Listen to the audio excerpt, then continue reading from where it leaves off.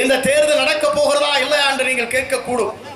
இந்த தேர்தல் நடந்தே தீரும். ஏனென்று சொன்னால் அதற்கான அட்டவணையை உச்ச நீதிமன்றத்திலே நம்முடைய தமிழக அரசின் சார்பாக வழங்கப்பட்டிருக்கிற 8ஆம் தேதி என்று தேர்தல் நடைபெறும் என்று.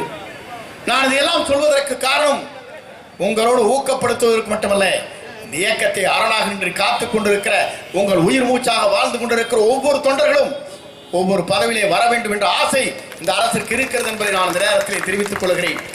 ஏனென்று சொன்னால் இந்த அரசுடைய தொலைநோக்கு சிந்தனை இந்திய நாட்டின் வரலாற்றில், தமிழகத்தின் வரலாற்றில் ஒவ்வொரு நாளும் ஒவ்வொரு திட்டங்களை நாம் உருவாக்கி வருகிறோம். 8, 9, 10 படிக்கின்ற மாணவர்களுக்கு 2 வார காலத்திற்கு பிறகு மடிக்கணினிக்கு அடுத்த கட்டமாக இருக்கிற டேப் என்று சொல்வார்களே 20 லட்சம் பேருக்கு வழங்குவதற்கு அரசு நடவடிக்கை மேற்கொண்டு இருக்கிறது என்பதை மகிழ்ச்சியோடு நான் தெரிவித்துக் கொள்கிறேன். இன்று நம்முடைய சிலபஸ் இந்தியாவிலே எந்த மாநிலத்தும் இல்லை. நாம் கொண்டு வந்திருக்கிற பாடத்திட்டங்கள் எந்த மாநிலத்தும் இல்லை.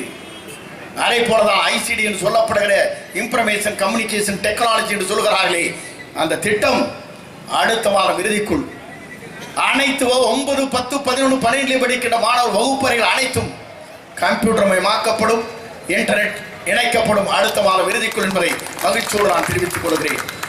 இதையெல்லாம் நான் சொல்வதற்கு காரணம் ஆக்டர் டிங்கர் லேப் என்று சொல்லப்படுகிற 2000 பள்ளிகளுக்கு கொண்டு வர இருக்கிறோம். விஞ்ஞான உலகத்தை நோக்கி செல்வதற்கு மாணவர்களுக்காக LKG, UKG வகுப்பறைகள் உருவாக்கப்பட்டிருக்கிறது.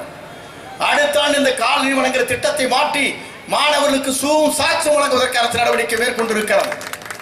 இதையெல்லாம் நான் சொல்வதற்கு காரணம் மாற்றங்கள் தேவை.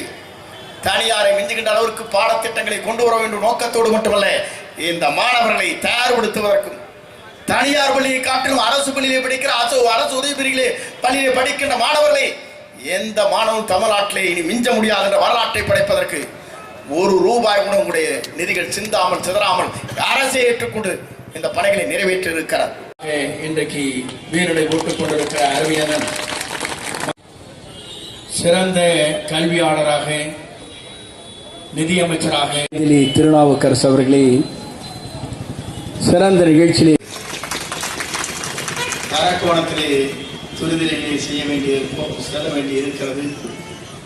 ஆகவே அன்றைக்கு மனதிலே கொண்டுதான் அன்பு சகோதரர் உரையை கேட்க வேண்டும் மற்றும் தலைமை கழக பேச்சாளருடைய உரையை கேட்க வேண்டும் என்றாலும் விளையாட்டு இளைஞர் நலத்துறை அமைச்சர் அன்புக்குரிய அண்ணன் அவர்கள் இப்போது சிறப்புரையாற்றுகிறார்.